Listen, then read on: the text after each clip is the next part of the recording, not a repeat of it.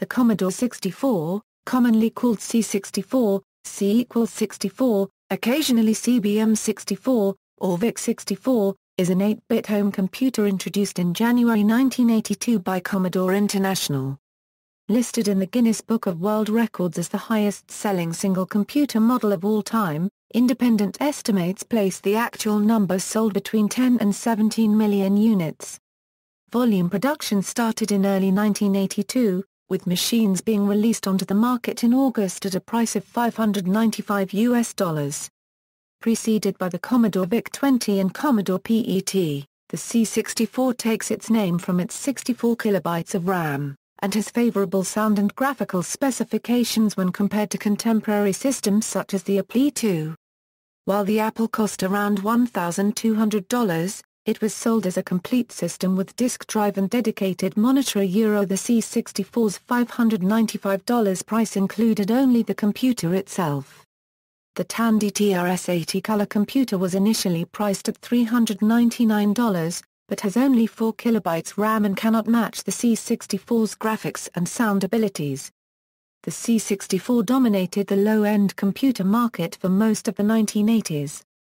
For a substantial period, the C64 had between 30% and 40% share and 2 million units sold per year, outselling the IBM PC-compatibles, Apple Incorporated computers, and the Atari 8-bit family of computers. Sam Tramiel, a later Atari president and the son of Commodore's founder, said in a 1989 interview, "When I was at Commodore we were building 400,000 C64s a month for a couple of years."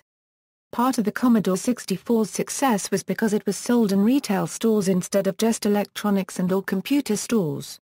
Commodore produced many of its parts in-house to control costs, including custom IC chips from MOS technology. It is sometimes compared to the Ford Model T automobile for its role in bringing a new technology to middle-class households via creative mass production. Approximately 10,000 commercial software titles were made for the Commodore IR64, including development tools, office productivity applications, and games.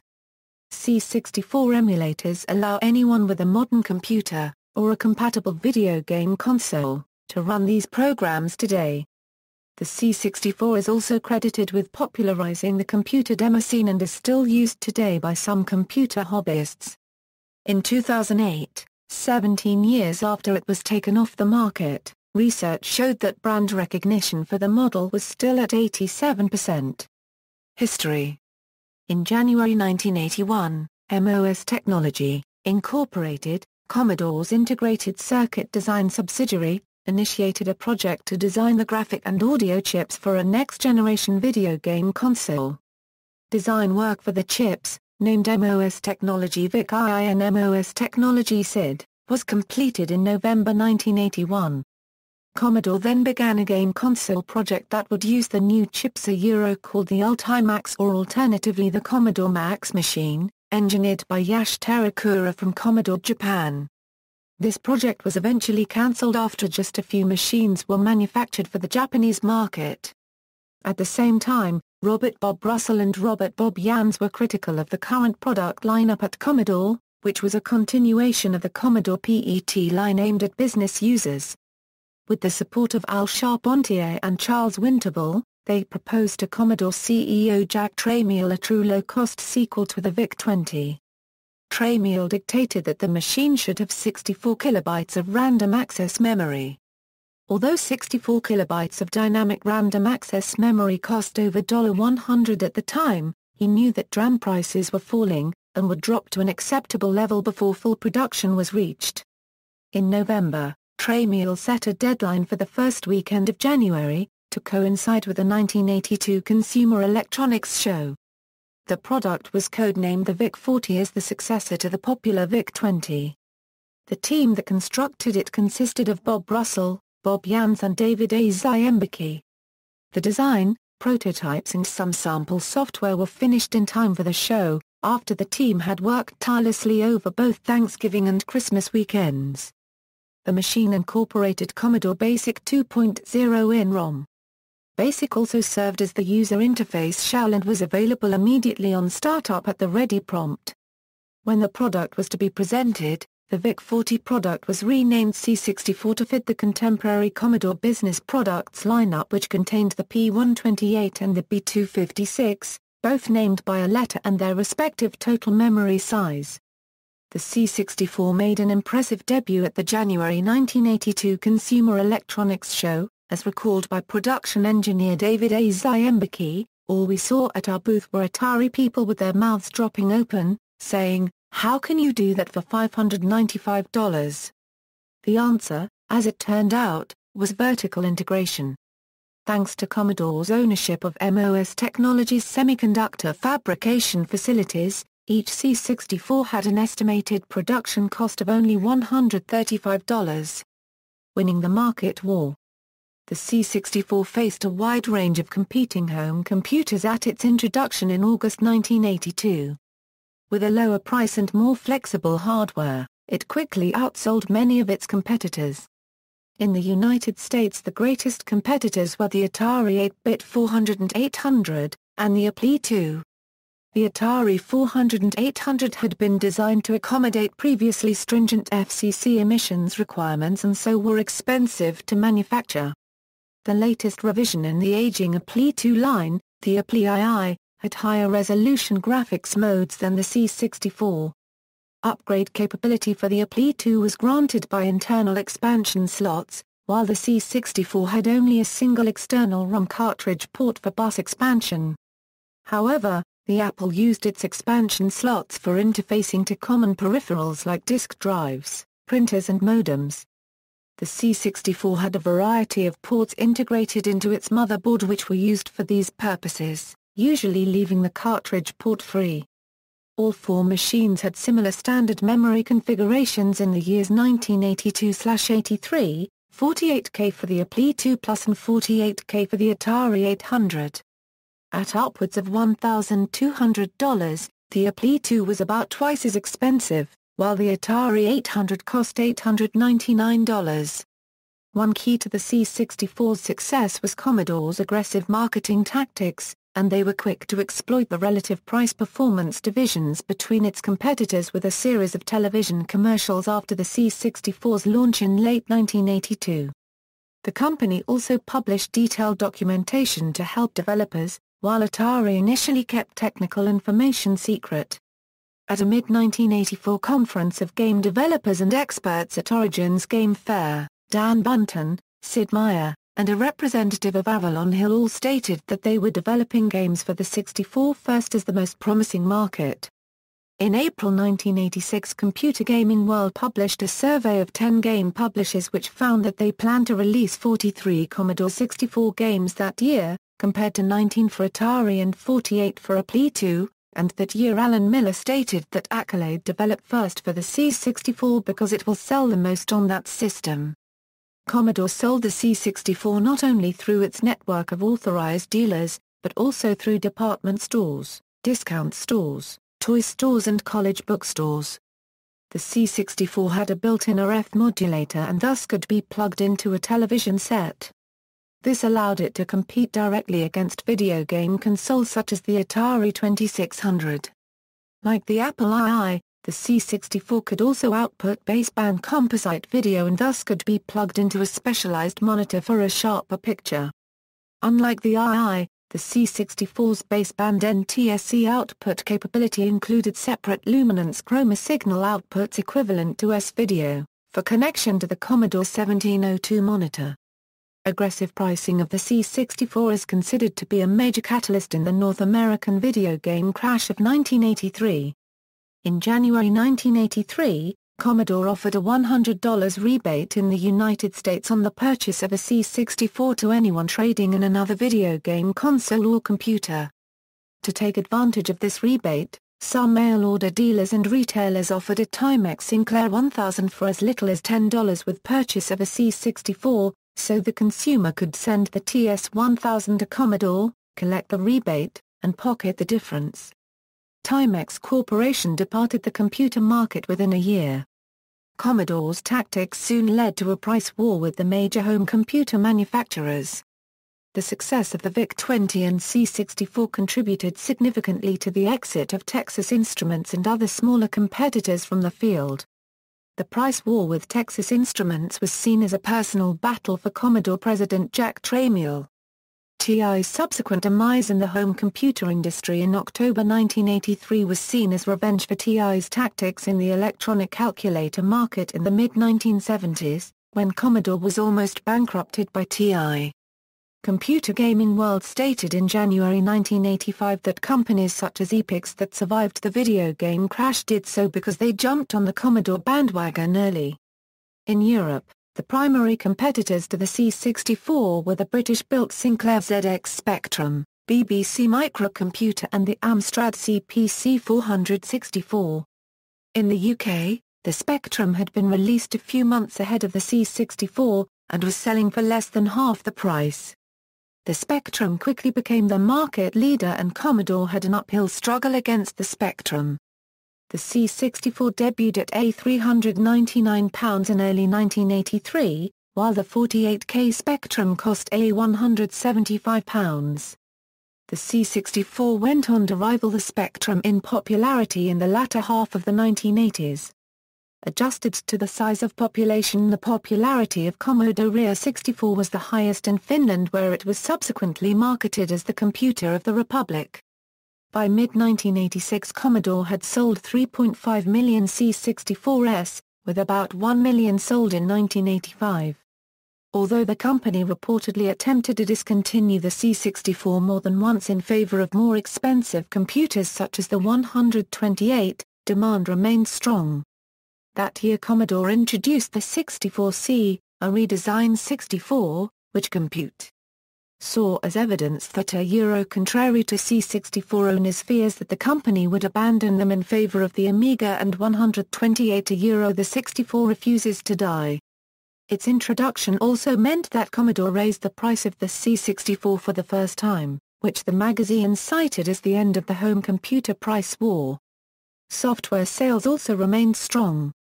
Microprose, for example, in 1987 cited the Commodore and IBM PC markets as its top priorities. By 1988, Commodore was still selling 1.5 million C64s worldwide, although Epix CEO David Shannon Morse cautioned that there are no new 64 buyers, or very few. It's a consistent group that's not growing. It's going to shrink as part of our business. One computer gaming executive stated that the Nintendo Entertainment System's enormous popularity, €7 million sold that year, almost as many as the number of C64s sold in its first 5 years, had stopped the C64's growth, and Trip Hawkins stated that Nintendo was the last hurrah of the 8-bit world. Although demand for the C64 dropped off in the United States by 1990, it continued to be popular in the UK and other European countries. In the end, economics, not obsolescence, sealed the C64's fate. In March 1994, at CeBIT in Hanover, Germany, Commodore announced that the C64 would be finally discontinued in 1995. Commodore stated that the C64's disk drive was more expensive to manufacture than the C64 itself. However, only 1 month later, in April 1994, the company filed for bankruptcy. The C64 family. 1982, Commodore released the Commodore Max machine in Japan. It is called the Ultimax in the United States, and VC-10 in Germany. The Max was intended to be a game console with limited computing capability, and was based on a very cut-down version of the hardware family later used in the C64. The Max was discontinued months after its introduction, because of poor sales in Japan. 1983 saw Commodore attempt to compete with the Apple II's hold on the U.S. education market with the Educator 64, essentially a C64 and green-scale monochrome monitor in a PET case. Schools preferred the all-in-one metal construction of the PET over the standard C64's separate components, which could be easily damaged, vandalized or stolen. Schools did not prefer the Educator 64 to the wide range of software and hardware options the Apple I was able to offer, and it was produced in limited quantities. In 1984, Commodore released the SX64, a portable version of the C64. The SX64 has the distinction of being the first full-color portable computer. While earlier computers using this form factor only incorporated monochrome green screen displays, the base SX64 unit featured a fiber and color cathode ray tube and an integrated 1541 floppy disk drive. The SX64 did not have a cassette connector. Also in 1984, Commodore released the Commodore Plus/4. It had a higher color display, a newer implementation of Commodore BASIC, and built-in software in what was positioned as an inexpensive business-oriented system. However, it was incompatible with the C64, and the burgeoning influence of the IBM PC on the personal computer market rendered the limited business software of the Plus/4 system of marginal value. The Plus/4 lacked hardware sprite capability and lacked a SID chip, thus underperforming in two of the areas that had made the C64 successful. Two designers at Commodore, Fred Bowen and Bill Hurd, were determined to rectify the problems of the Plus/4. They intended that the eventual successors to the C64 the Commodore 128 and 128D computers were to build upon the C64, avoiding the Plus/4's flaws. The successors had many improvements. The decision to make the Commodore 128 plug compatible with the C64 was made quietly by Bowen and Hurd, software and hardware designers respectively, without the knowledge or approval by the management in the post-Jack Tramiel era. The designers were careful not to reveal their decision until the project was too far along to be challenged or changed and still make the impending Consumer Electronics Show in Las Vegas. Upon learning that the C128 was designed to be compatible with the C64, Commodore's marketing department independently announced that the C128 would be 100% compatible with the C64, thereby raising the bar for C64 support. In a case of malicious compliance, the 128 design was altered to include a separate 64 mode using a complete C64 environment to ensure total compatibility. In 1986, Commodore released the Commodore 64C computer, which was functionally identical to the original. The exterior design was remodeled in the sleeker style of the Commodore 128. The modifications to the C64 line were more than skin-deep in the 64C, with new versions of the SID, VIC and I/O chips being deployed with the core voltage reduced from 12V to 9V. In the United States, the 64C was often bundled with a third-party GEOS graphical user interface-based operating system. The Commodore 1541 disk drive received a matching facelift resulting in the 1541C. Later a smaller, sleeker 1541-2 model was introduced along with the 800 kilobytes 3.5-inch microfloppy 1581. In 1990, the C64 was re-released in the form of a game console, called the C64 Game System. A simple modification to the C64C's motherboard was made to orient the cartridge connector to a vertical position. This allowed cartridges to be inserted from above. A modified ROM replaced the basic interpreter with a boot screen to inform the user to insert a cartridge. Designed to compete with the Nintendo Entertainment System and the Sega Master System, it suffered from very low sales compared to its rivals. It was another commercial failure for Commodore, and it was never released outside of Europe. In 1990, an advanced successor to the C64, the Commodore 65, was prototyped, but the project was cancelled by Commodore's chairman Irving Gould in 1991. The C65 specifications were very good for an 8-bit computer, bringing specs comparable to the Apleig's. For example, it could display 256 colors on screen, while OCS-based Amigas could only display 64.5 bright mode. Although no specific reason was given for the C65's cancellation, it would have competed in the marketplace with Commodore's lower-end Amigas and the Commodore CD-TV, C64 clones. In the middle of 2004, after an absence from the marketplace of more than 10 years, PC manufacturer Tulip Computers BV announced the C64 Direct-to-TV, a joystick-based TV game based on the C64 with 30 games built into ROM. Designed by Jerry Ellsworth, a self-taught computer designer who had earlier designed the modern C1 C64 implementation, The C64DTV was similar in concept to other mini-consoles based on the Atari 2600 and Intellivision, which had gained modest success earlier in the decade. The product was advertised on QVC in the United States for the 2004 holiday season. Some users have installed 1541 floppy disk drives, hard drives, second joysticks and keyboards to these units, which give the DTV devices nearly all of the capabilities of a full Commodore 64. The DTV hardware is also used in the mini-console game Hummer, sold at Radio Shack mid-2005.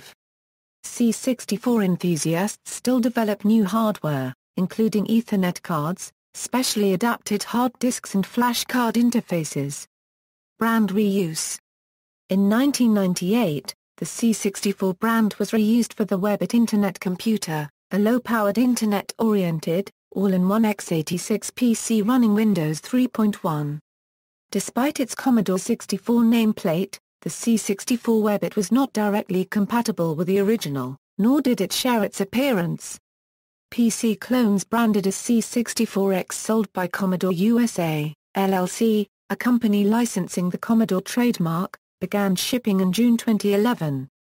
The C64X has a case resembling the original C64 computer, but as with the Webbit it is based on x86 architecture and is not compatible with the Commodore 64 on either hardware or software level. Virtual Console. Several Commodore 64 games were released on the Nintendo Ware's Virtual Console service in Europe and North America only.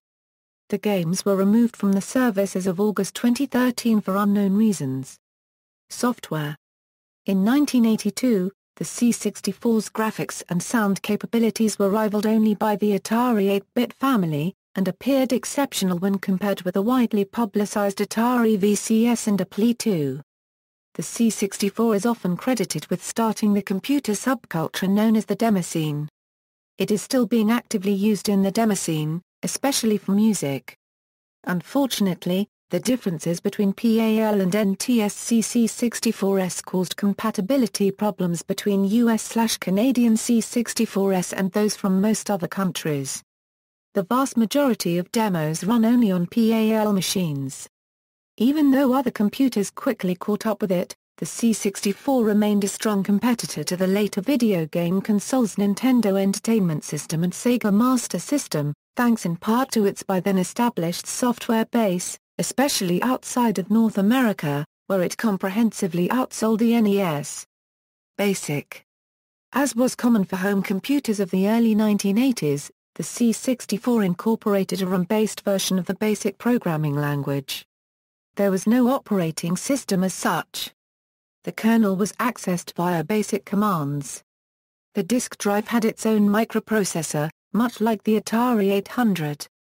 This meant that no memory space had to be dedicated to running a disk operating system, as remained the case with earlier systems such as the Apple II. Commodore BASIC 2.0 was used instead of the more advanced BASIC 4.0 from the PET series, since 64 users were not expected to need the disk-oriented enhancements of BASIC 4.0. The company did not expect many to buy a disk drive, and using BASIC 2.0 simplified VIC-20 owners' transition to the 64. The choice of BASIC 2.0 instead of 4.0 was made with some cell searching, not just at random. The typical user of a C64 is not expected to need the direct disk commands as much as other extensions, and the amount of memory to be committed to BASIC were to be limited. We chose to leave expansion space for color and sound extensions instead of the disk features. As a result, you will have to handle the disk in the more cumbersome manner of the old days. The version of BASIC was limited and did not include specific commands for sound or graphics manipulation, instead required users to use poke commands to access the graphics and sound chip registers directly. To provide extended commands, including graphics and sound, Commodore produced two different cartridge-based extension to BASIC 2.0 Siemens BASIC and Super Expander 64. Other languages available for the C64 included Pascal, Logo, Forth, and Fortran. Compiled versions of BASIC such as Speeder 2 and Turbo Lightning were also available. While the first generation of C64 software may have used one of these or even the standard BASIC, After 1983, almost all professionally produced programs were written in assembly language, using a machine code monitor or an assembler. This maximized speed and minimized memory use. Alternative operating systems. Many third-party operating systems have been developed for the C64. As well as the original GEOS, two third-party GEOS-compatible systems have been written, Wills and GEOS Megapatch. Both of these require hardware upgrades to the original C64. Several other operating systems have been available, including Wings OS, the Unix-like Linux, operated from a command line, and the embedded systems OS Kentucky, with full GUI. Other less well-known OSes include ACE, Asterix, DOS/65 and Geckos. A version of CP/M was released, but this required the addition of an external Z80 processor to the expansion bus, so is not considered a true C64 OS. Furthermore, the Z80 processor was underclocked to be compatible with the C64's memory bus, so performance was poor compared to other CP/M implementations. C64 CP/M and C128 CP/M both suffered a lack of software, although most commercial CP/M software could run on these systems. Software media was incompatible between platforms. The low usage of CP/M on Commodores meant that software houses saw no need to invest in mastering versions for the Commodore disk format. Networking software. During the 1980s, the Commodore 64 was used to run many bulletin board systems using software packages such as Bazaar 64, Blueboard, CNET, Color 64, CMBBS, CBase, DMBBS, Image BBS, and the Deadlock Deluxe BBS construction kit, often with SysOp-made modifications. These boards sometimes were used to distribute cracked software. As late as December 2013, there were 25 such bulletin board systems in operation, reachable via the Telnet protocol. There were also major commercial online services, such as CompuNet, CompuServe, The Source and Minetl among many others. These services usually required custom software which was often bundled with a modem and included free online time as they were billed by the minute. Quantum Link was a US and Canadian online service for Commodore 64 and 128 personal computers that operated from November 5, 1985, to November 1, 1994. It was operated by Quantum Computer Services of Vienna, Virginia, which in October 1991 changed its name to America Online, and continues to operate its AOL service for the IBM PC-compatible and Apple Macintosh today. Q-Link was a modified version of the PlayNet system, which Control Video Corporation licensed. Online gaming. The first graphical character-based interactive environment was Club Caribe. First released as Habitat in 1988, Club Caribe was introduced by LucasArts for Q-Link customers on their Commodore 64 computers. Users could interact with one another, chat and exchange items. Although the game's open world was very basic, its use of online avatars and combination of chat and graphics was revolutionary.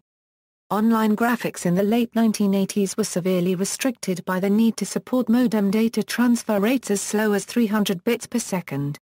Habitat's graphics were stored locally on floppy disk, eliminating the need for network transfer. Hardware, CPU and memory. The C64 uses an 8-bit MOS technology 6510 microprocessor. This is a close derivative of the 6502 with an added 6-bit internal I/O port that in the C64 is used for two purposes, to bank switch the machine's read-only memory in and out of the processor's address space, and to operate the dataset tape recorder. The C64 has 64 kilobytes of RAM, of which 38 kilobytes are available to built-in Commodore BASIC 2.0 on startup. There is 20 kilobytes of ROM, made up of the BASIC interpreter, the kernel, and the character ROM. As the processor could only address 64 kilobytes at a time, the ROM was mapped into memory and only 38,911 bytes of RAM were available at startup. If a program did not use the BASIC interpreter, RAM could be mapped over the ROM locations. However, this meant the character ROM would not be available, and the RAM in its place was instead used for the character glyphs. Normally, This RAM was uninitialized, which would then result in nothing but random patterns appearing on the screen. This was solved by copying the character RAM into RAM. This had two benefits: the standard typeface could be rewritten, and character codes could be rewritten as picture elements. Most C64 games were written in this way, using low resolution, which required much less processor time and saved memory. Furthermore, picture elements could be reused, saving even more precious memory. The same technique was used on the NES. Graphics. The graphics chip, VIC-II, features 16 colors, 8 hardware sprites per scan line, scrolling capabilities, and 2-bit map graphics modes. The standard text mode features 40 columns, like most Commodore PET models. The built-in character encoding is not standard ASCII but picture, an extended form of ASCII 1963. Most screenshots show borders around the screen, which is a feature of the VIC-II chip. By utilizing interrupts to reset various hardware registers on precise timings, it was possible to place graphics within the borders and thus utilize the full screen. There were 2 low-resolution and 2-bit mapped modes. Multicolor bit-mapped mode had an addressable screen of 160 AA, A200 pixels, with a maximum of 4 colors per 4 AA, A8 character block. High-resolution bit-mapped mode had an addressable screen of 320 AA, A200 pixels, with a maximum of 2 colors per 8 AA, A8 character block. Multicolor low-resolution had a screen of 160 AA, A200 pixels, 40 AA, A25 addressable with 4 colors per 8 AA, A8 character block. High-resolution low-resolution had a screen of 320 AA, A200 pixels, 40 AA, A25 addressable with 2 colors per 8 AA, A8 character block. Most video games were multicolor low-resolution.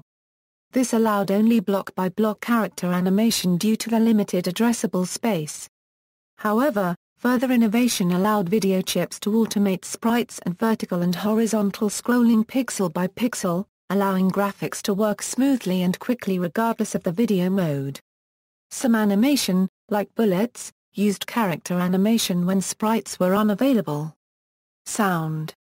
The SID chip has 3 channels, each with its own ADSR envelope generator, ring modulation and filter capabilities. Bob Jans developed the SID chip and later co-founded synthesizer company Ensoniq. Jans criticized other contemporary computer sound chips as primitive, obviously designed by people who knew nothing about music. Often the game music became a hit of its own among C64 users. Well-known composers and programmers of game music on the C64 are Rob Hubbard, David Whittaker, Chris Harwin-LSBECK, Ben Daglish, Martin Galway and David Dunn among many others. Due to the chip's 3 channels, chords are played as arpeggios, coining the C64's characteristic lively sound. It was also possible to continuously update the master volume with sampled data to enable the playback of 4-bit digitized audio. As of 2008, it became possible to play 4-channel 8-bit audio samples, 2 SID channels and still use filtering. There are 2 versions of the SID chip, the 6581 and the 8580. The MOS technology 6581 was used in the original breadbox C64S, the early versions of the C64C and the Commodore 128. The 6581 was replaced with the MOS technology 8580 in 1987. The 6581 sound quality is a little crisper, and many Commodore 64 fans prefer its sound. The main difference between the 6581 and the 8580 is the supply voltage. The 6581 uses a 12-volt supply, the 8580, a 9-volt supply. A modification can be made to use the 6581 in a C64C board. The SID chip has a distinctive sound which has retained a following of devotees to such a degree, that a number of audio enthusiasts and companies have designed SID-based products as add-ons for the C64, x86 PCs, and standalone or MIDI music devices such as the Electron's SID station. These devices use chips taken from excess stock, or removed from used computers. In 2007, Timbaland's extensive use of the SID station led to the plagiarism controversy for Block Party and Do It. Hardware revisions. Cost reduction was the driving force behind the C64's motherboard revisions. Reducing manufacturing costs was vitally important to Commodore's survival during the price war and leaner years of the 16-bit era. The C64's original motherboard would go through two major redesigns, exchanging positions of the VIC-E, SID and PLA chips. Initially, a large portion of the cost was eliminated by reducing the number of discrete components, such as diodes and resistors, which enabled the use of a smaller printed circuit board. The case is made from ABS plastic which may become brown with time. This can be reversed by using the public domain chemical mixer ETRO Bright. ICs. The VIC-I was manufactured with 5 micrometer NMOS technology and was clocked at either 17.73447 MHz or 14.31818 MHz. Internally, the clock was divided down to generate the dot clock and the two-phase system clocks. At such high clock rates, the chip generated a lot of heat, forcing MOS technology to use a ceramic dual inline package called a CDIP. The ceramic package was more expensive, but it dissipated heat more effectively than plastic. After a redesign in 1983, the VIC-I was encased in a plastic dual inline package, which reduced costs substantially, but it did not totally eliminate the heat problem. Without a ceramic package, the VIC-I required the use of a heat sink. To avoid extra cost, the metal RF shielding doubled as the heat sink for the VIC, although not all units shipped with this type of shielding. Most C64s in Europe shipped with a cardboard RF shield, coated with a layer of metal foil. The effectiveness of the cardboard was highly questionable, and worse still it acted as an insulator, blocking airflow which trapped heat generated by the SID, VIC, and PLA chips. The SID was manufactured using NMOS at 7 and in some areas 6 micrometers. The prototype SID and some very early production models featured a ceramic dual inline package, but unlike the VIC-I, these are extremely rare as the SID was encased in plastic when production started in early 1982. Motherboard. In 1986, Commodore released the last revision to the classic C64 motherboard. It was otherwise identical to the 1984 design, except for the 264 kilobit 4-bit DRAM chips that replaced the original 864 kilobit 1-bit ICs. After the release of the C64C, MOS technology began to reconfigure the C64's chipset to use HMOS production technology. The main benefit of using HMOS was that it required less voltage to drive the IC, which consequently generates less heat. This enhanced the overall reliability of the SID and VIC-E. The new chipset was renumbered to 85XX to reflect the change to HMOS. In 1987, Commodore released C64CS with a highly redesigned motherboard commonly known as a short board. The new board used the new HMOS chipset, featuring a new 64-pin PLA chip. The new Super PLA, as it was dubbed, integrated many discrete components and transistor logic chips. In the last revision of the C64C motherboard, the 2114 color RAM was integrated into the Super PLA. Power supply. The C64 used an external power supply, a conventional transformer with multiple tappings, encased in an epoxy resin gel which discouraged tampering but tended to increase the heat level during use. This saved space within the computer's case and allowed international versions to be more easily manufactured. A 1541-2 and 1581 disk drives, along with various third-party clones, also came with their own external power supply bricks, as did most peripherals, leading to a spaghetti of cables and the use of numerous double adapters by users. These power supplies were notorious for failing over time, usually because of overheating. Commodore later changed the design, omitting the gel. The follow-on model, the Commodore 128, used a larger, improved power supply that included a fuse. Specifications: internal hardware, microprocessor CPU, MOS technology 6510/8500, clock speed, 0.985 MHz or 1.023 MHz. Video, MOS Technology VIC II6567/8562, 6569/8565, 16 colors, text mode, 40A, 25 characters. 256 user-defined chars. 4-bit color RAM defines foreground color, bitmap modes, 320A, 200, 160A, 200, 8 hardware sprites of 24A, 21 pixels, smooth scrolling, raster interrupts. Sound, MOS Technology 6581/8580 SID, 3-channel synthesizer with programmable ADSR envelope, 8 octaves, 4 waveforms per audio channel, triangle, sawtooth, variable pulse, noise, oscillator synchronization, ring modulation, programmable filter, high pass, low pass, band pass, notch filter.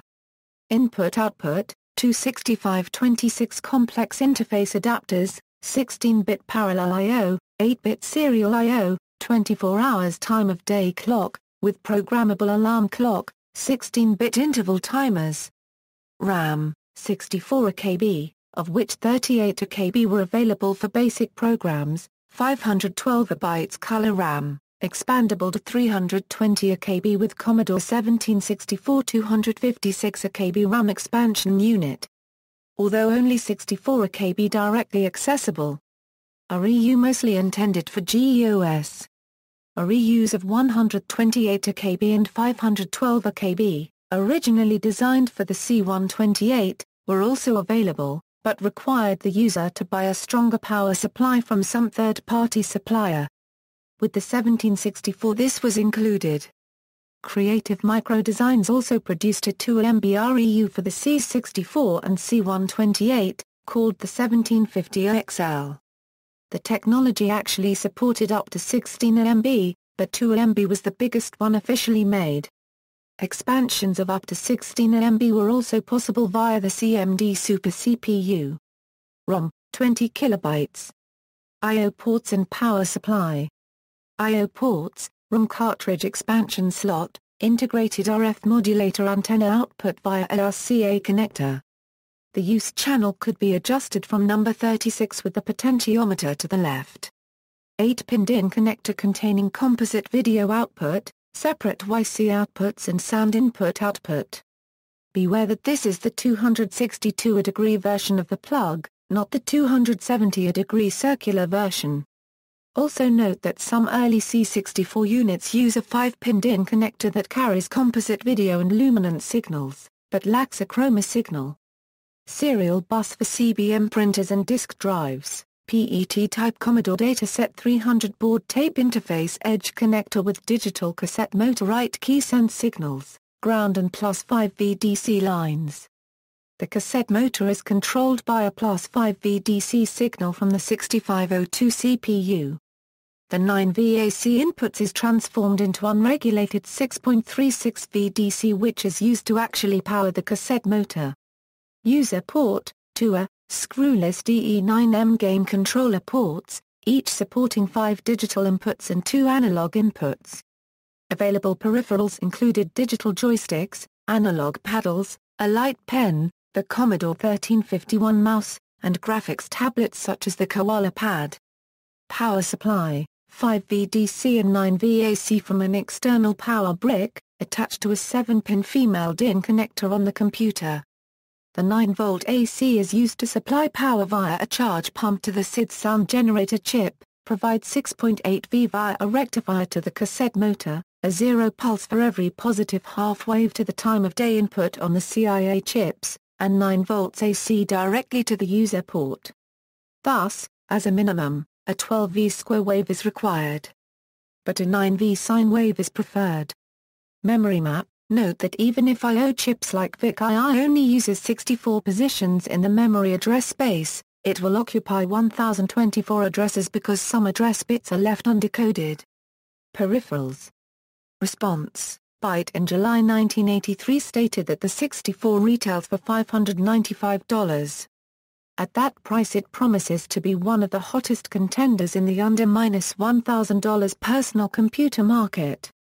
It describes it as a true music synthesizer.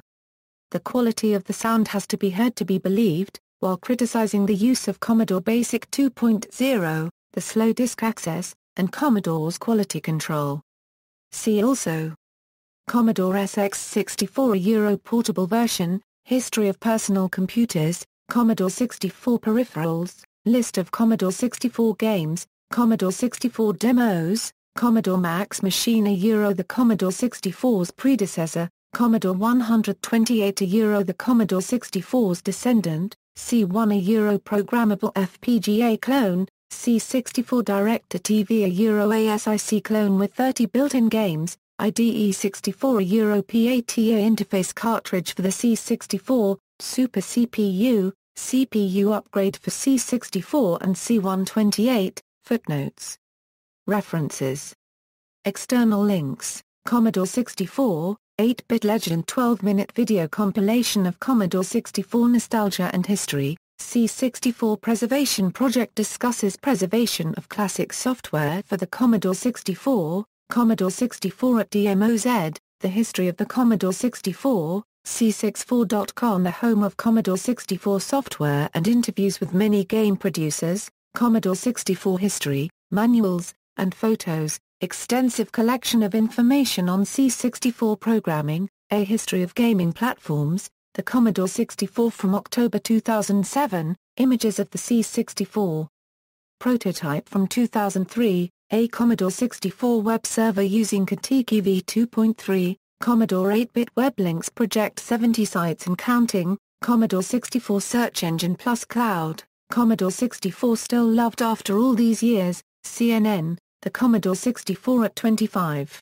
Thank you for the music, The Guardian, review of 5 different Commodore 64 models motherboards, MOS6502.com, Commodore Computer Club discusses hardware, software, repairs and the scene for the Commodore 64, how to use the Commodore 64 for chiptunes, 2. DX, variations on the Commodore 64 at the Wayback Machine, Commodore 64 turns 30, what do today's kids make of it? BBC, design case history, the Commodore 64, IEEE Spectrum, March 1985.